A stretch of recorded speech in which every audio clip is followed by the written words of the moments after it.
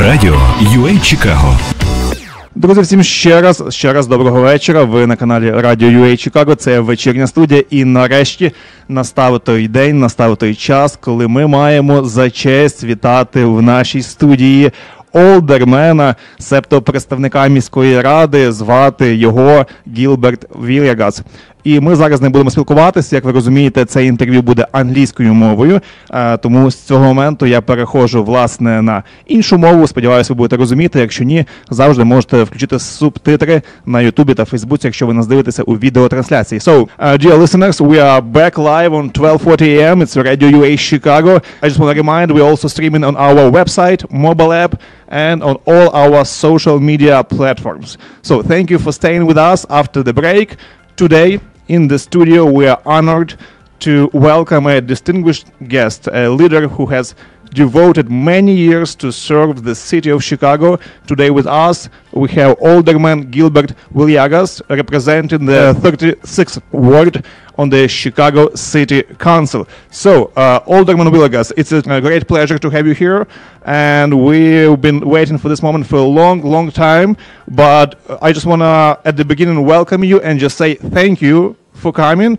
How are you today? How is everything? Well, thank you for the invitation, and really looking forward to having discussion with you as well as the Ukrainian community to see how my ward and our office can be of service, but really appreciate the opportunity to talk to the community.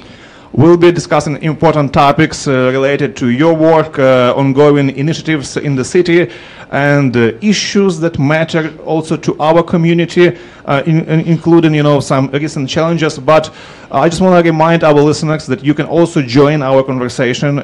If you have a question for our dear guest, please call us. The phone number is 773-697-3923. I cannot promise that we're going to answer every single call. I know there are so many questions you want to ask, but just few of them will sure answer. And also, I will read your comments on Facebook and on YouTube. So, let's start. And you've been represent the 36th ward for several times now, right? And what would you say are your top priorities for today? Well, thank you for that question. Yes, I'm in my third term, and just recently, I picked up the Ukrainian village as part of my redistricting.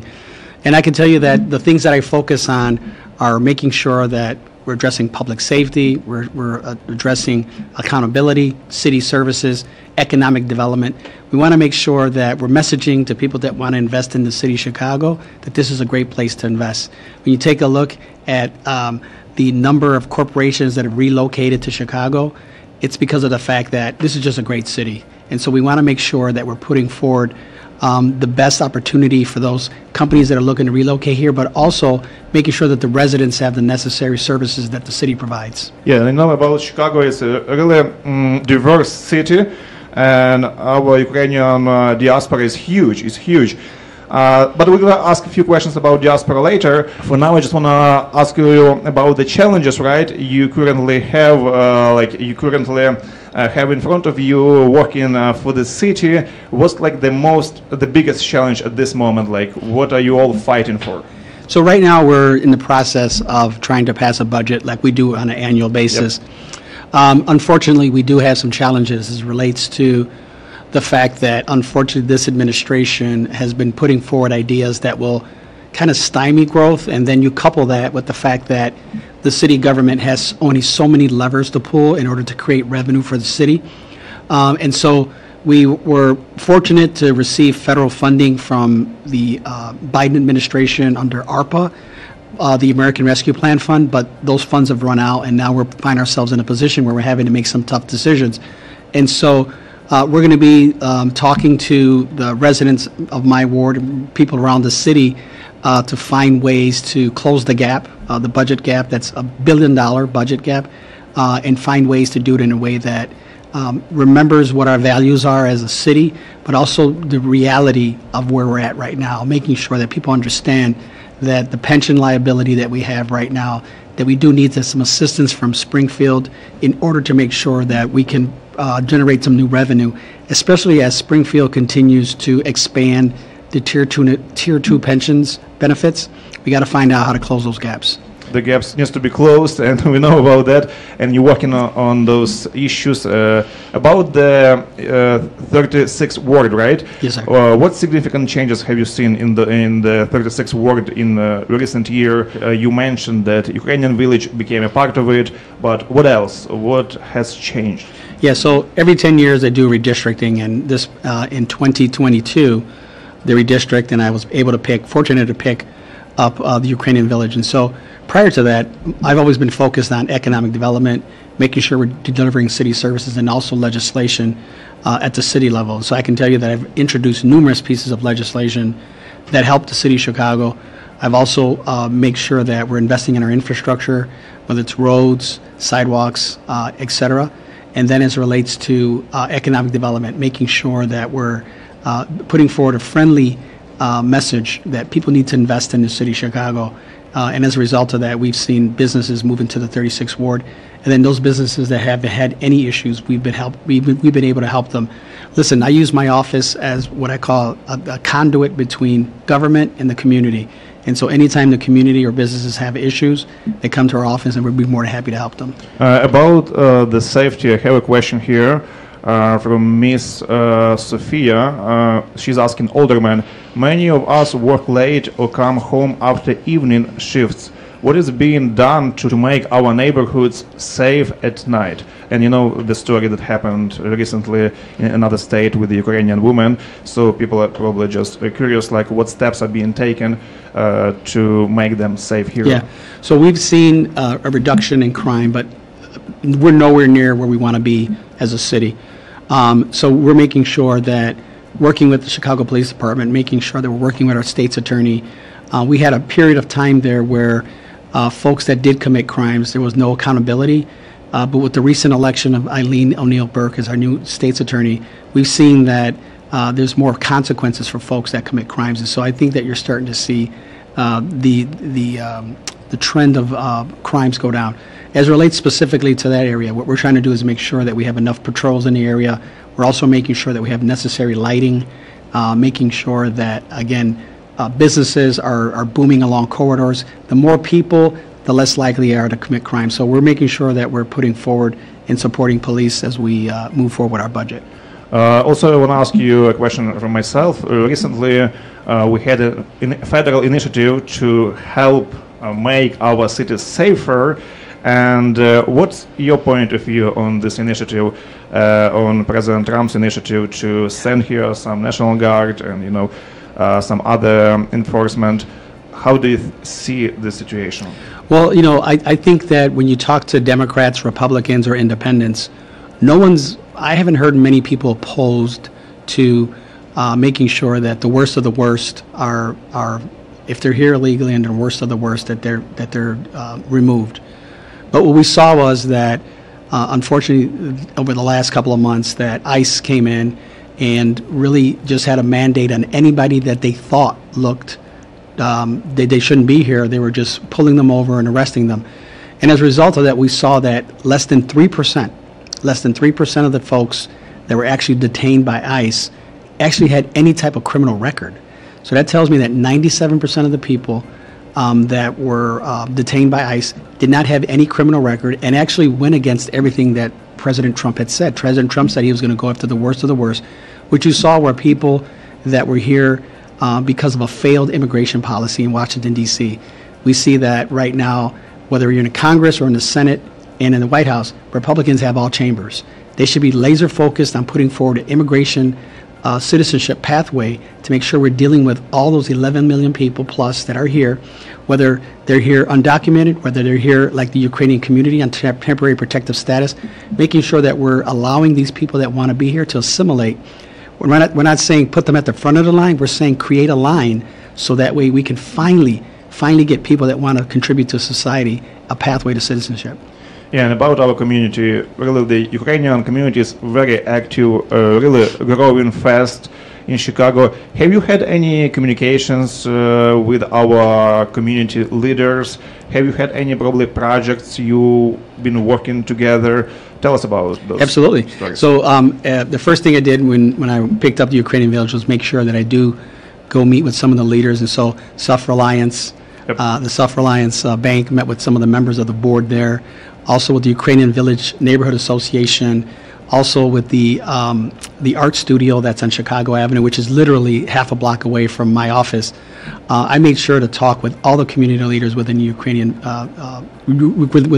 Village.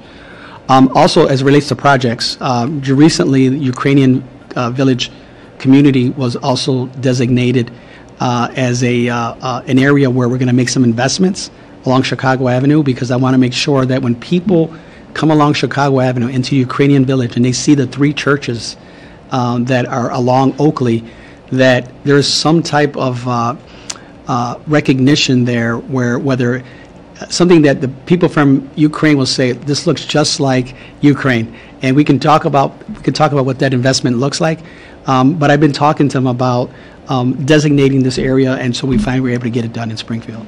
Based on your experience, and again, you've been in office for so many years, and you've been interacting with a lot of different communities, how would you describe our community? If you can just speak a couple of words, you know. Absolutely. Listen, the great thing about America is that it's a melting pot of people that want to come here and do what's best and make sure what's best for their family. And I see no difference whether you're the Irish, the Polish, the Italians, Latinos. Ukrainians are immigrants that want to contribute to society, and all they're looking for is the American dream. So that way they can have an opportunity to prosper just like everyone that's here. And we have a phone call, I think it's from our audience. Yes, we can listen to you.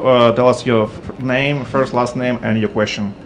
Hi there, my name is Max. I'm just calling you because I see that you're live. I have a question to Mr. about the business and job for Ukrainian people. So as far as I know, a lot of Ukrainians here run small businesses or want to start one. What support programs are actually accessible, not just on paper, for Ukrainian community here in Chicago? So, thank you, Max. Yep, so Max, thank you for that question. So as it relates to some of the small businesses, we do have what's called the Business Affairs Consumer Protection, which is a department that regulates businesses, but they also have programs available, whether it's for small business improvement funds. There's all types of grants that are available, and I would welcome Max to take a look at my website, 36ward.org, or to give us an email at ward36@citychicago.org, and we'd be more than happy to point Max and his business community into the right direction. But give us a visit. We're on 2246 West Chicago, right across the street from the Ukrainian Cultural Center. So we're in the neighborhood, and we'll be more than happy to help. Yeah, we'll definitely put the link below to this video later on. Another question regarding the Ukrainians looking for starting their own businesses. How can you and the city help new immigrants to start a new business? Do you have any grants? Do you have any financial support where people can, just start with those programs? Yes, so we do have small business grants that are available. And then also, depending on where your business is located, you may be within a geographical area that's called a small business improvement area, where we can take a look at whether it's investing in the actual physical infrastructure, training. Those are programs available to help businesses that are looking. Listen, the Ukrainian community is an immigrant community that comes with a lot of hard work and is ready to contribute to this country, just the same way that most immigrants that come here, they're looking to make sure that they're successful in this country. So I'm not surprised to hear that the Ukrainian community has a huge entrepreneur numbers or lack of unemployment. I mean, this is a community that's ready to work. Another question I see from Maria. I live in northwest side and some streets have been in bad shape for years. When can we realistically expect repairs? Yep. So again, depending on where at in the area, because I have parts of the northwest side, but I don't have all of it. And so I would welcome Maria to give us a call at our office, and we'll be more happy to determine whether or not the area that she's talking about is within our ward. And if it's not within our ward, we'll be more happy to connect her with the proper representation, with the proper alderman, to make sure that that request gets entered into the system. My office number is 773-745-4636, and we'll be more than happy to help. People can just call your office and someone will answer?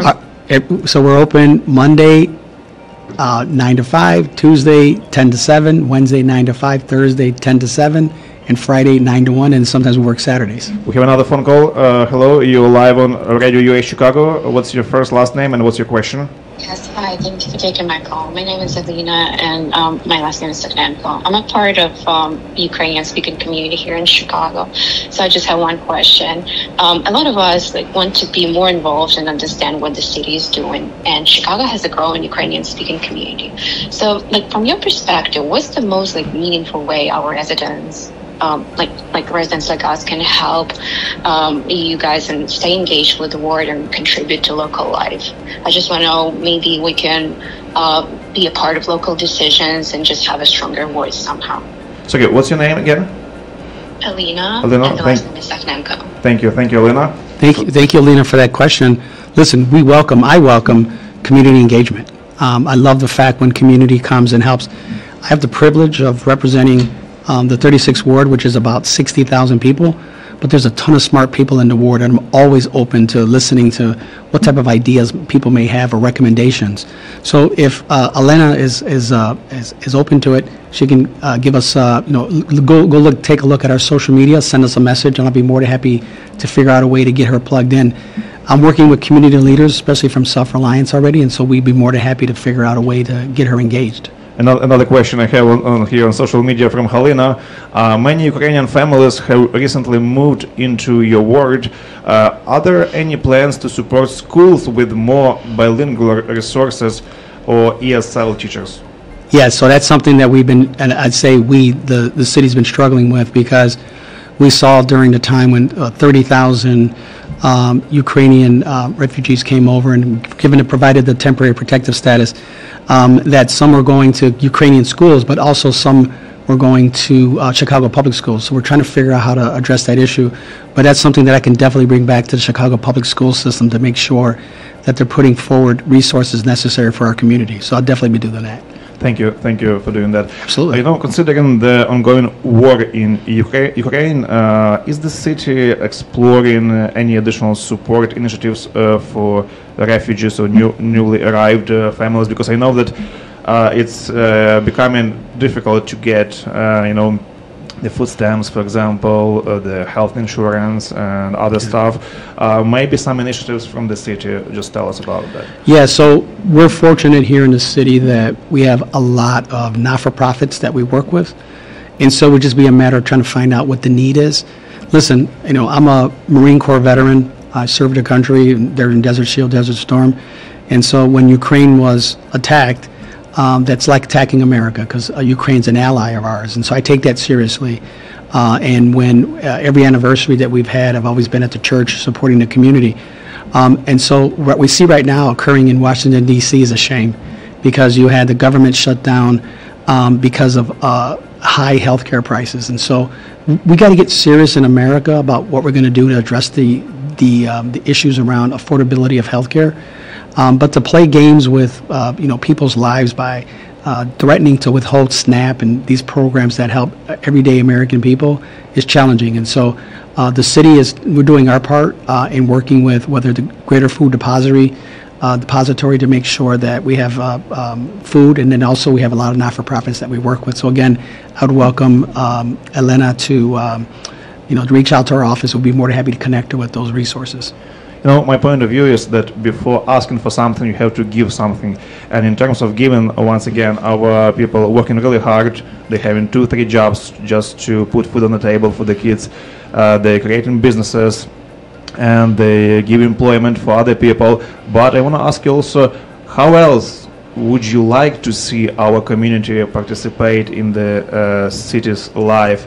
What else would you expect from our community to do? Maybe some advice, give us some advice. Maybe you see the area where we are not working enough. Maybe you would like us to be more involved in some processes. Your point of view, how would you like to see our community moving forward? Yeah, so again, the Ukrainian village community is over 100 years old. Yep. It's one of the oldest Ukrainian communities in the country. And so I think that continuing to support the not-for-profits in the area that help people, when, to your point, when we have a saying, right, to much is given, much is respect expected. Yep. So these businesses that are investing, those folks that can help out, we welcome that. But listen, the Ukrainian community, once we get those projects through the cultural designation area, and we're able to really identify the Ukrainian village corridor, I think you'll see more businesses popping up. And then I speak with the Ukrainian community leaders at least quarterly, or if not twice a year, or whenever they call me. Listen, they're not shy, and so I appreciate that. Yeah, that's true. I'm not because I need to know also what it is that I should be doing to help the Ukrainian community, a community that supported me when I ran in 2023. I want to make sure that as you have faith in me, I want to make sure that we're working together. And I see the same question I just asked you, but it's from Mikola. A lot of us want to be more involved or understand what the city is doing. How can immigrants community have a stronger voice in local decisions? Basically, same question, right? Absolutely. And again, what you'll see I'm the type of politician that doesn't run away from any type of issue. I want to listen to what it is. Even if we don't agree, I want to hear what your perspective is, so I can learn as well. And then you can learn from me as well. I'm on all social media outlets except for TikTok. I'm on Facebook, Instagram, and X, Twitter. And please give me a follow. I'll be more than happy to figure out how we can work together and let you know what it is that we're doing and what it is that you want to see your city do as you're a taxpayer and as you're contributing, whether working here or have a business here. We want to hear from you as well. We're running out of time, but there's so many questions. I cannot ask you all of them, but maybe you can come back to us, Absolutely. sometime in the future. The last question I just want to ask you, about the situation we have in this country, in the United States, about some potential conflicts, like cities, state, federal government. Do you see that people come together in the future? Do you see that everyone will find their common ground? There will be less conflicts. We all will be working towards one goal. We all want to have peace, prosper future in this country. Do you see that happening in the couple months or years? I think in a couple years, maybe 3 or 4 years later down the road. Listen, we're called the United States for a reason. Yep. And so when I look at my fellow American, I don't look at them as red or blue, whether Democrat, Republican. I look at you as an American. And when I served in the Marine Corps fighting for our freedom and our democracy, I didn't care what party you were in, what religious you were, what gender, ethnicity. I don't care about that. I just wanted to make sure that you had my back. And what I mean by united means that we work together. We're going to get there. I think right now we're in an interesting time in history. But we'll move past this. This is something that we saw back in the 60s. We'll get past it and we'll continue to prosper as a country because, again, the strength of this country is based on its diversity and the melting pot that we generate. Alderman Villegas, I want to just thank you for your service. Thank you. Thank you for coming today to our studio. And, again, so many questions. Later, we maybe text you some of them. Okay. We will maybe direct people to call you or to send. Give me a follow on all my social platforms. Yeah, and for all our listeners who missed the beginning or some parts of our conversation, just go to our YouTube, go to our Facebook, and rewatch the whole interview. And today in our studio we had an honor to welcome distinguished guest Alderman Villegas, who represents 36th Ward, and he agreed to come here for the live show. It means so much for us. Thank you for the means invitation. You respect our community. It means you take care of our community, and we see it, and we really appreciate it. Thank you. So we're happy to see you again. Whenever you're ready, just let us know, and we'll be trying to, keep inviting you. I appreciate it. Thank you so much for the opportunity. Thank you. Dear listeners, we'll come back to you in a couple minutes, so stay tuned. Дякую всім за увагу. Подобається контент? Тоді підписуйся, підтримай вподобайкою та поділись думками в коментарях.